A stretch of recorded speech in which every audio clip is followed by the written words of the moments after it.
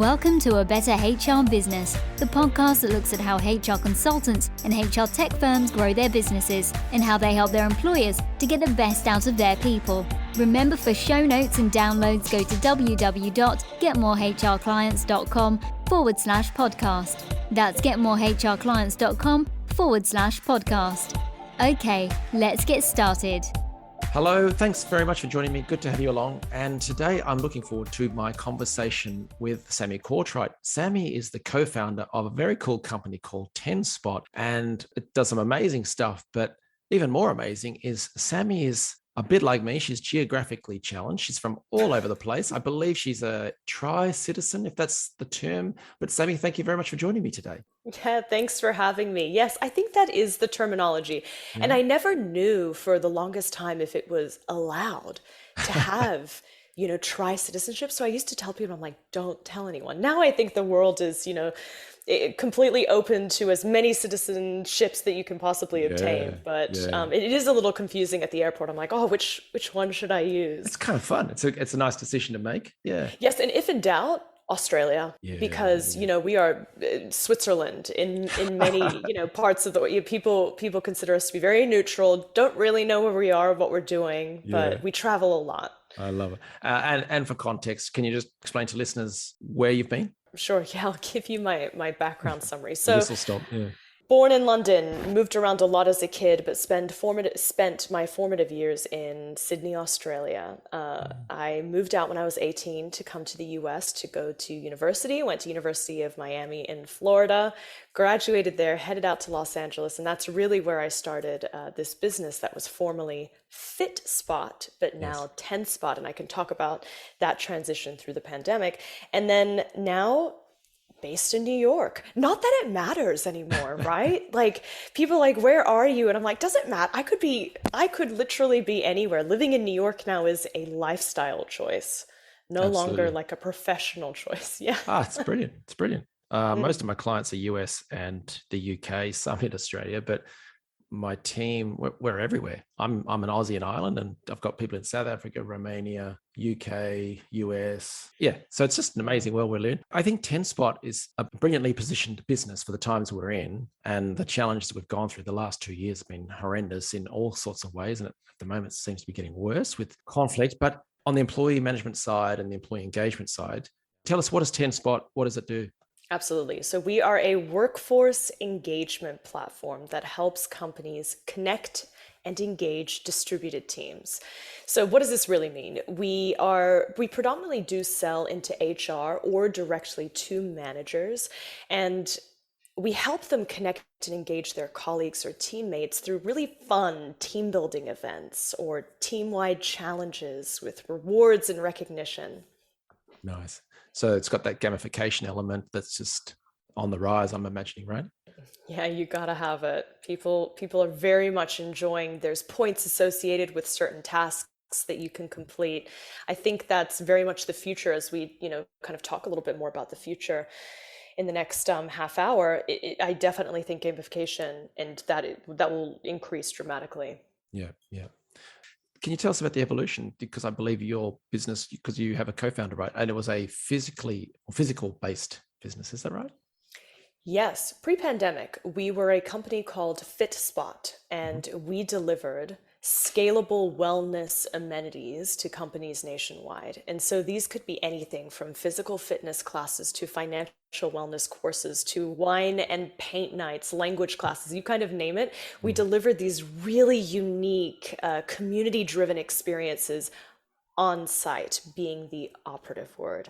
So as you can imagine, cut to March 2020, and the world changed overnight, inevitably.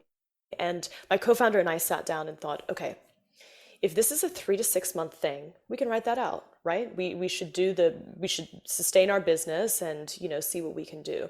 We started then getting initial data from Asia and Europe, who was kind of getting the pandemic just a touch before the US. And we were trying to understand their lockdown situation. How did going back to work, kind of fit into their schedule? And we realized very quickly that It's not going to happen.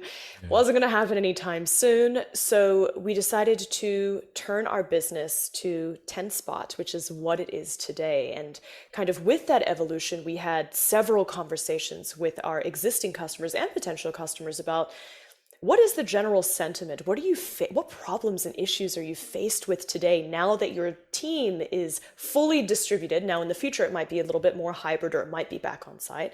And the overall general sentiment was, how do we get people to feel like they work for the same company when they're no longer in the same space? And I found that really interesting and a pain point that I wanted to, kind of solve for. Now, that does not mean that TenSpot has completely solved that pain point yet. Of course, that's always like that big North Star that you want to go towards. But it really was the catalyst for our transition to TenSpot. Brilliant.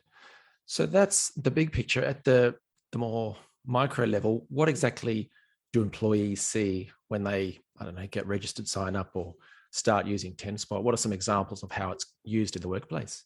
Yeah, absolutely. So hypothetically, you are the manager and you have purchased TenSpot for your team. As an employee, hypothetically myself, I would log in and immediately see either a couple of team challenges that I could join. It could be a step challenge, a hydration challenge, or if I'm department-based, technology or sales, there could be a job-based challenges. And for sales, if you reach 100 cold calls by the end of the day or week or month, depending on what your quota looks like, there will be incentives for that. I can also see a couple of series of content that I can participate in with my colleagues. We call those watch together experiences. So taking a little slice of what FitSpot used to do with our on-site services and experiences, we now deliver content across several categories: eat, play, thrive, move, and chill. So as the manager, you would set up however many watch together experiences you want to have. The average is usually one a week, depending on the cadence and frequency. And the content can be 60 seconds long all the way through to 45 minutes long, depending on how you like to use it. But then I would then join those experiences with my colleagues, and we could either learn a new language together, we could learn how to perfect our LinkedIn profile, we could do trivia, something just completely non-work related, and have some fun together. And then finally, there's rewards and recognition as well. So we found that a lot of the technologies available today around rewards and recognition was very much attached to milestones, which is extreme, and KPIs, extremely important, needs to happen. However, there's more casual, like, hey, thanks for helping out with that customer call. I really appreciate it. Thanks for fixing that bug. That really, moved things along. We noticed that casual recognition and shout out wasn't really happening. So we've built recognition into our platform. So me as the employee, I'd be able to log in and send someone a quick note. I can even also monetarily reward an individual, $2, $5, $20, depending on how gracious you're feeling, and thank individuals for their great work. Then I can emoji, comment, respond to other people's shout outs as well.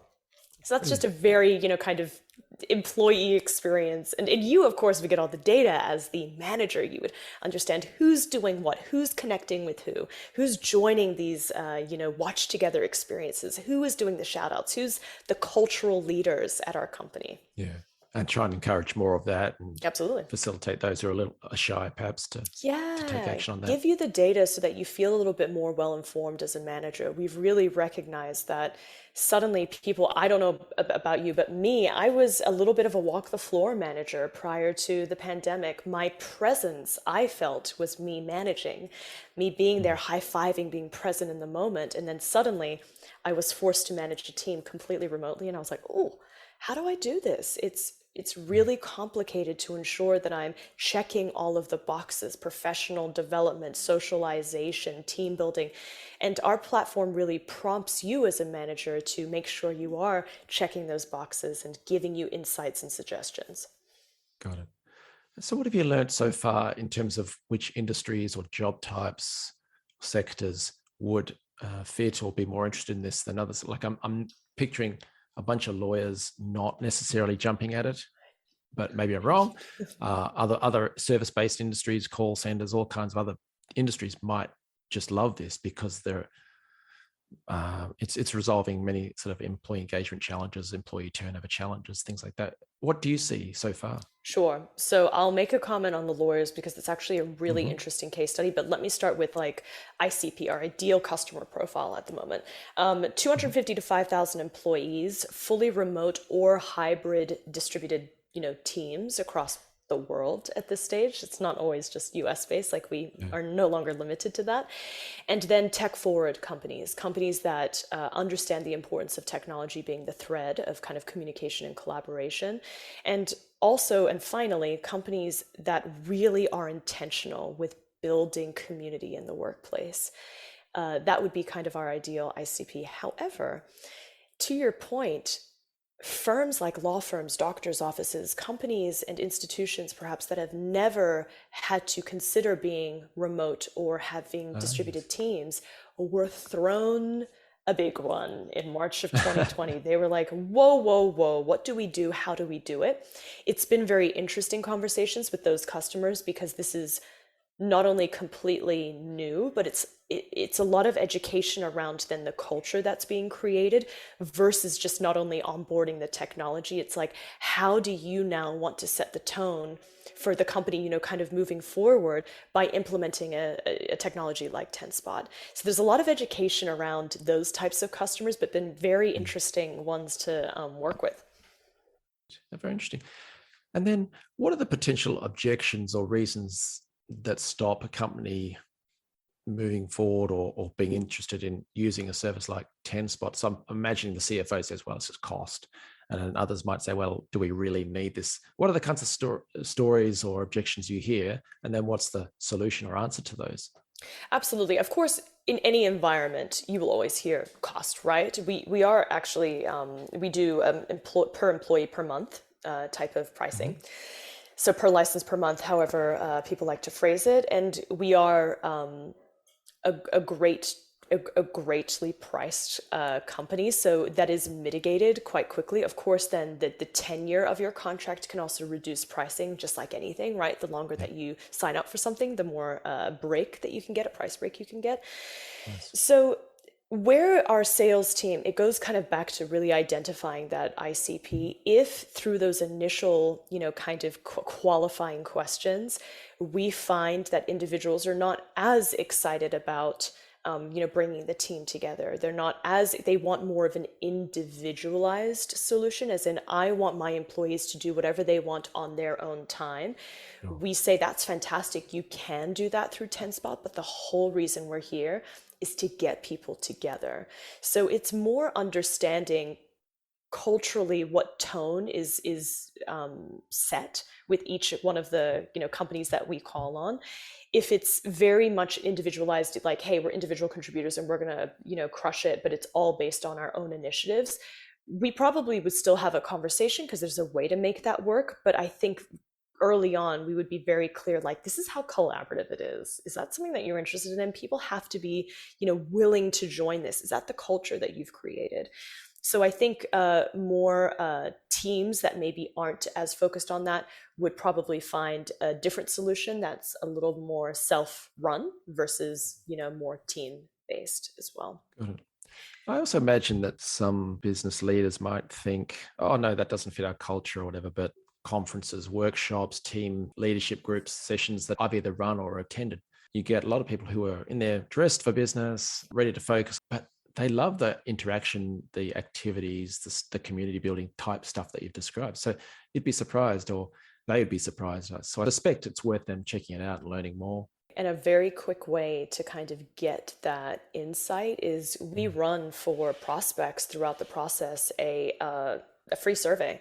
Send it out to your team, see if they're really interested in this, because it's all well and good that, say, you might not be interested, you individually, but you're purchasing for the company. So let's get a pulse check on that. And we give you all the data. So, regardless of how, if you end up moving forward with TenSpot or not, at least you're getting insights on, does my team want more team building activities and experiences to do together? Do they want more of a sense of community? Do they want to chat socially with all of these questions? And we just give you the information. And if the answer is yes to a lot of them, which to your point, it can be, then we're like, well, it's a no-brainer. Let's continue the Mm. dialogue. And if it's no, then we say it's just not the right fit, but here's all the data. Yeah. That's very smart. Very smart. Mm. Can I turn to the business growth? Because you started from scratch. So congratulations. What did you do in the early days to acquire new customers, and what are the plans for business growth going forward? So what are the methods and channels you might use? Sure. So we do have a sales team first and foremost, and they are responsible for majority of the sales that take place. We do have a pretty gnarly referral program for our customers as well. So we've found that, word of mouth is really beneficial. And if you love, we all do this. If you love a particular software or technology that you're using, you will tell people about it. And we have a great incentive for customers to do that. So that's been another great opportunity for growth. I have found we do have demand generation, so an individual that's responsible for digital ads, SEO, SEM, and all that wonderful stuff. That has been a great path for TenSpot to generate inbound leads, with ads and webinars that I run as well. On that note, press, webinars, case studies, white papers, establishing TenSpot as a thought leader in this space on the future of work and why it's so important to implement technologies, whether it be TenSpot or not, that kind of bring teams together. I have found that we get a lot of feedback around the thought leadership work that we do. It doesn't mean that they are immediately a customer. And in fact, we don't know if we even want that. We want you to learn something from TenSpot and make sure that we're a good fit before you, kind of move through the sales process. But we have found that thought leadership content to be really fruitful for customer growth and just engagement growth as well. The example you shared there earlier of the survey that you would share with prospective new customers, I think that's a genius idea. The webinars, do you think that they will continue because everyone's gone online? There's more online workshops and things like that. Is that a good thing for you? And how do you choose the topics, if so? Absolutely. We actually let our individuals select the topics. So we will send out an email blast to our email list being like, hey, here are the 3 things that we want to talk about. Are these the things that you want us to address? And then they kind of vote. And so people feel more invested in the topics that you're covering. It then also allows us to have a little bit more communication with the individuals that are participating in this. What are the problems that you're facing? How can we address that? So we have found webinars, and we do feel in the future absolutely that they will be a major part of TenSpot's success. And whatever medium that it comes in, I find that I've been making our webinars super short and sweet. They're like 30 minutes max. We bring either a co-host on, a guest on, and we just have a fireside, very casual chat about the topic that has been selected. And we've noticed that participants are then turning their videos on, their cameras on, and unmuting Really? themselves. Yeah, and joining in the dialogue. Oh, I like this. Me too. And I never anticipated that previously. In 2021, our webinars were very much me sitting with a PowerPoint, clicking through some slides, being like, and this is why XYZ. Still very beneficial, and I try to keep it fun and lighthearted. But we removed the slides and kept it really casual. And I'm really impressed with the sense of community that's coming out of it. People are writing in all of their experiences with engaging employees, if that's our topic. And it's been really beneficial. So I want to keep that going. And I do think that it's a great opportunity for companies to connect directly with prospective customers, and a great recruiting tool as well, if that's what you're interested in. Great for employer branding. Yeah. You mentioned a customer referral program. Can external consultants, for instance, a reward and benefits consulting firm that might be in with large companies, can they act as a referral partner for TenSpot? Oh, I'm sure. Absolutely. That would be one that I would say, let's have a conversation about it. My email, and I know you'll put this in, sammy@tenspot.com. Shoot me an email, and I can't see why not. We love a good referral. Yeah. You mentioned gamification earlier. Maybe you kind of answered it in the sense that, is our culture ready for TenSpot and what it does, and ask them and find out. But some people might say that gamification is gimmicky or something like that. What are your thoughts on that, and how do you see it taking shape and being used?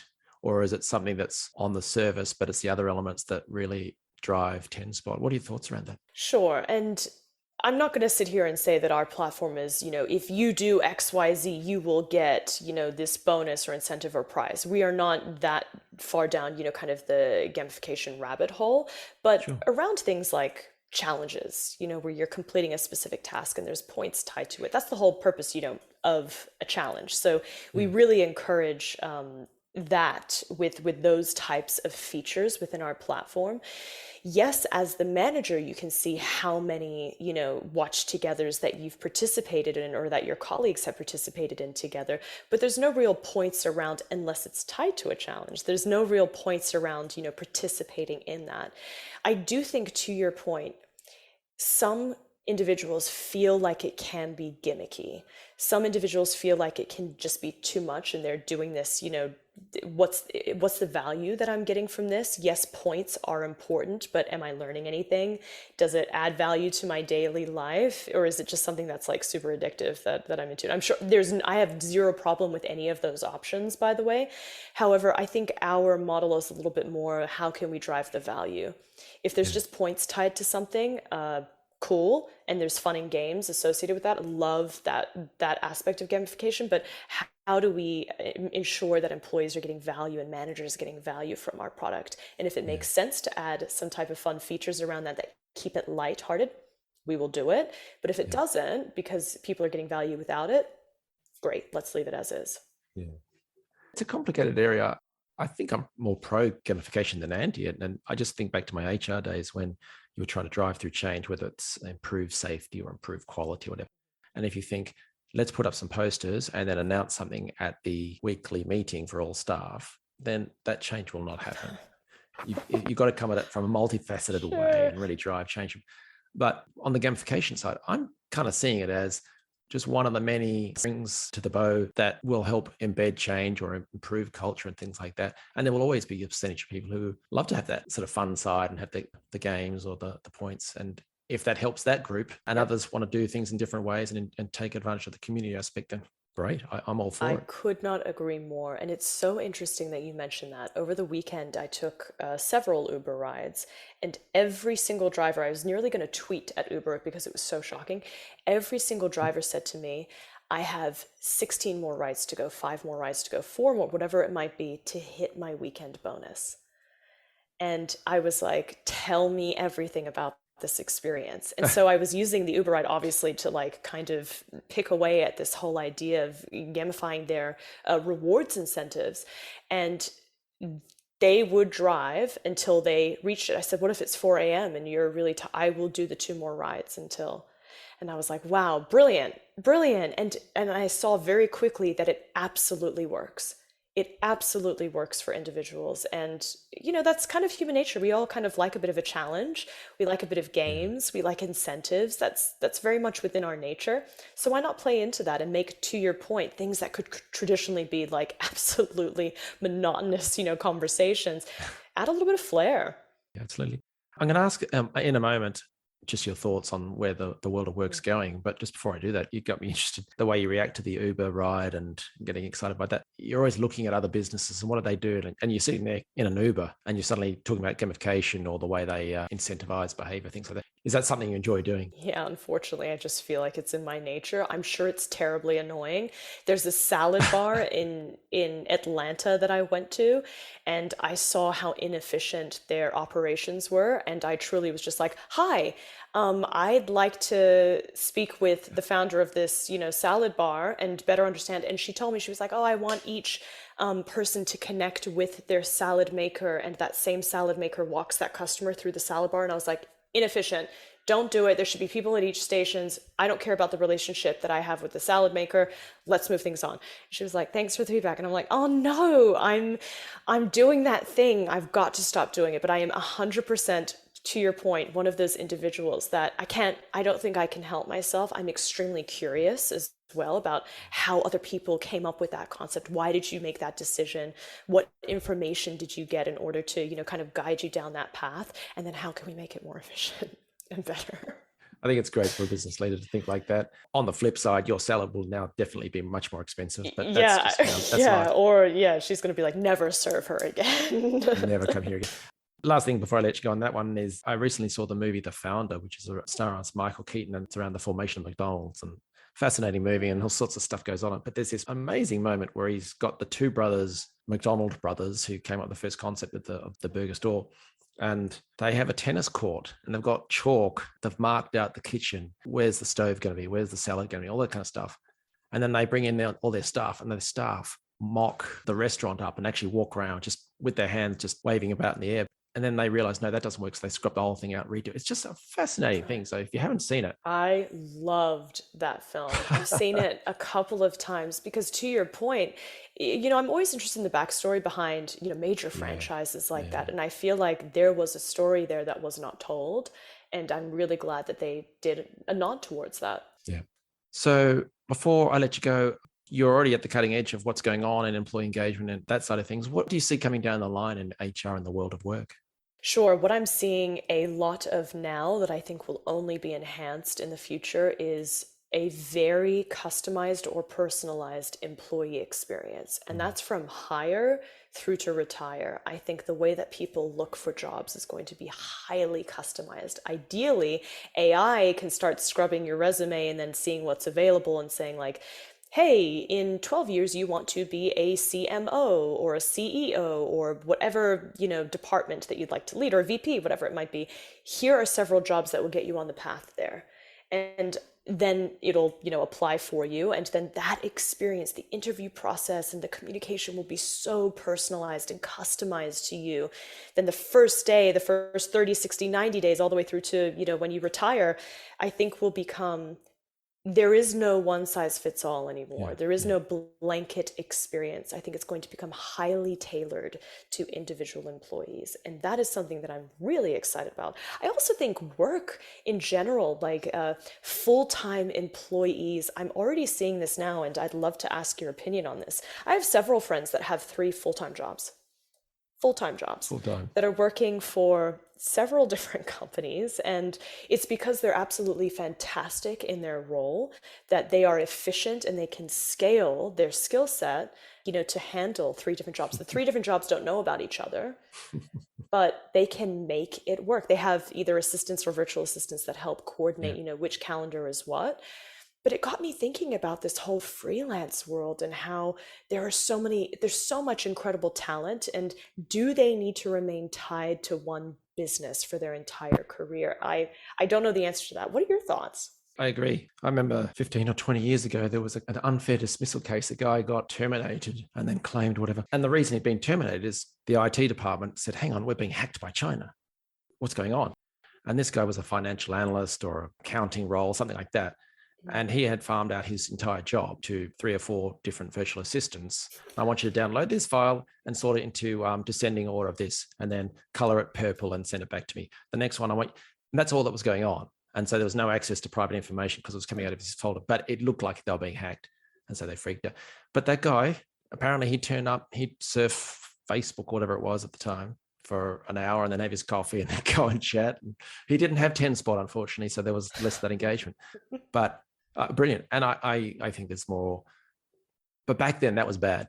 Now that's just genius. It's so smart. It's more productive and potentially opens up a person like that to new opportunities to work for different clients or things like that. So yeah, I think it's highly likely that we'll see more of that sort of stuff. Yeah, the future of, I don't even know if it would be called freelance by that stage. It might have a completely different, terminology associated Hopefully with something it. more cool like Skylance or something. Yeah. Yeah. Okay, well, let's coin that. You heard it Here first. Yeah. So last one, Sammy, if people want to learn more about 10 Spot, what should they do next? Okay, 1, check out www.10spot.com. 2, check us out on LinkedIn. We give out a lot of information and fun things going on LinkedIn. Also, webinars and insights and stuff like that from myself are there too. We're just /10spot on LinkedIn. And otherwise, feel free to, I know I mentioned my email earlier, but sammy@10spot.com if you want to chat. Brilliant. Thank you for your time and sharing the 10 Spot story. I wish you all the best with it. Thank you so much, Ben, for having me. Thanks for joining us today on A Better HR Business, the podcast that explores the world of HR consulting and HR tech businesses. For show notes and downloads, go to www.getmorehrclients.com/podcast. That's getmorehrclients.com/podcast. Remember to subscribe and share the show with any friends who are busy growing a HR business. Thanks, and see you next time.